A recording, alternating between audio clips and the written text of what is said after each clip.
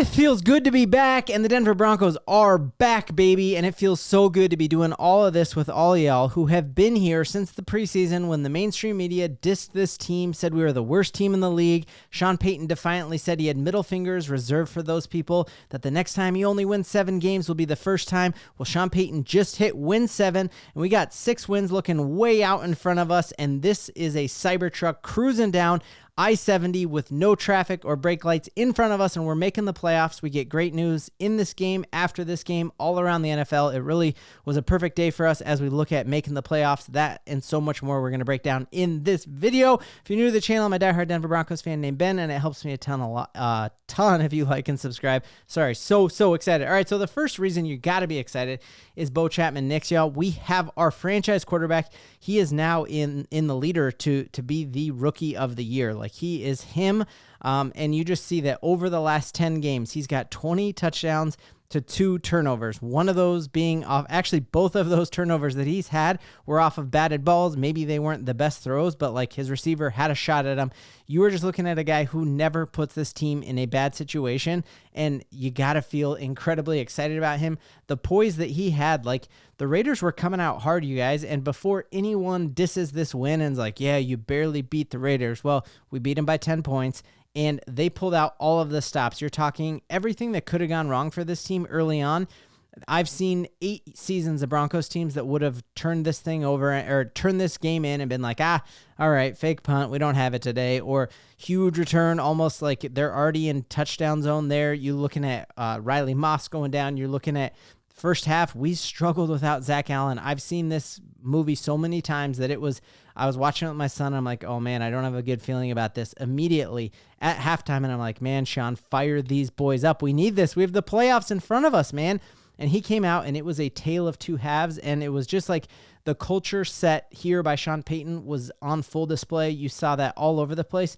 One of my favorite highlights that no one even mentioned on the main broadcast there was after Nick Bonito got his 10th sack, which we haven't had in a hot second here. If you've been watching the Broncos for a long time, we haven't had it since Von Miller and Bradley Chubb. So Nick Bonito did it. Amazing strip sack there of their backup quarterback, Desmond Ridder.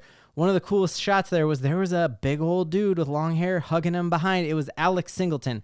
So what team has their starting inside linebacker go down in catastrophic fashion and then actually be like, hey, you know what? I want to go to Vegas with these dudes and watch my brothers play without me. Every NFL player here interviewed about it talks about how hard recoveries are. You want to stay as far away from the team as you can because your juju and your energy is just down and you're in depression, and it's a hard thing. And so to see Alex Singleton on the sidelines of this team hyping up this defense is just all you need to see about this Broncos team, that we are different. Sean Payton said we're young and hungry, and then last week came out and said we're young, hungry, and talented, and we are. We just won a game that the Raiders pulled out every stop. You look at the Titans, who are a real bad team, beat the Texans. You look at the Bears almost beat the Vikings, who's a much, much better team. You look at the Kansas City Chiefs barely eke it out with a last-second field goal.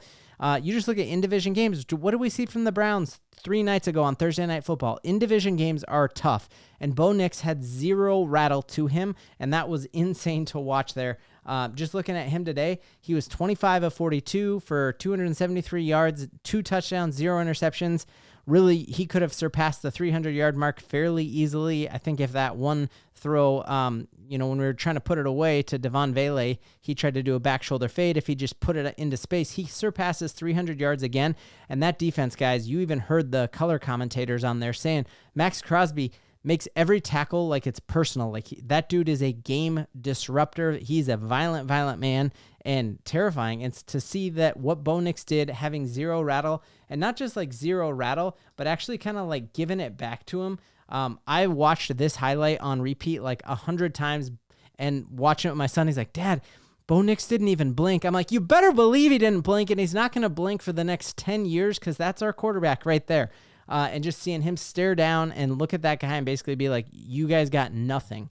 And just seeing that kind of poise. We haven't had a leader like that in Denver since Peyton Manning. We haven't beat the Raiders in their home stadium since Peyton Manning. And watching that highlight reel with Chris Harris Jr. and Demaryius Thomas, and you're like, I haven't even thought about those guys in over half of a decade. We're talking a long time to go to Vegas and do this. That was a statement game.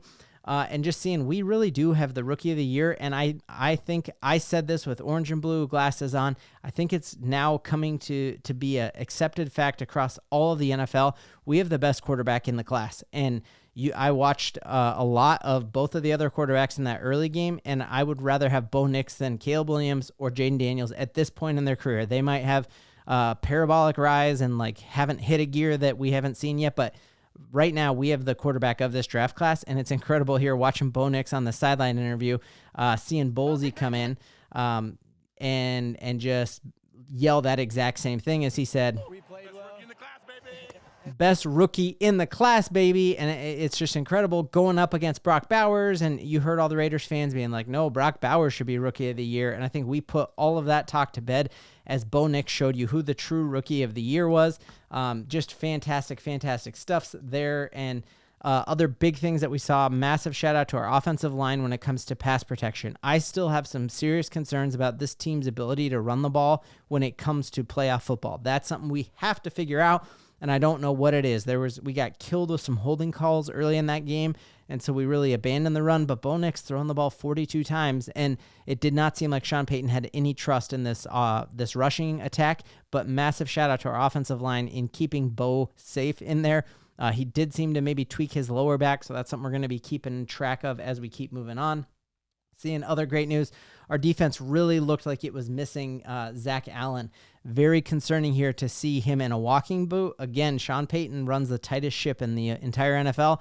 So all of us were like, oh, we expect to see Zach Allen playing in this game. We thought maybe he was held out because of rest. So then to see him in a walking boot made me have like a pit in my stomach, because you saw that we were able to take care of the Raiders without him, and I think we can take care of the Browns without him, but we need a bye week and him feeling great to come back and beat the Colts. We're talking a 1.5 game lead for that final wild card place. If the Ravens lose tomorrow, we are tied with the Ravens. So our future is all out in front of us, but we have some big injury concerns with Zach Allen. The other big thing that I'm holding my breath to hear about is Riley Moss.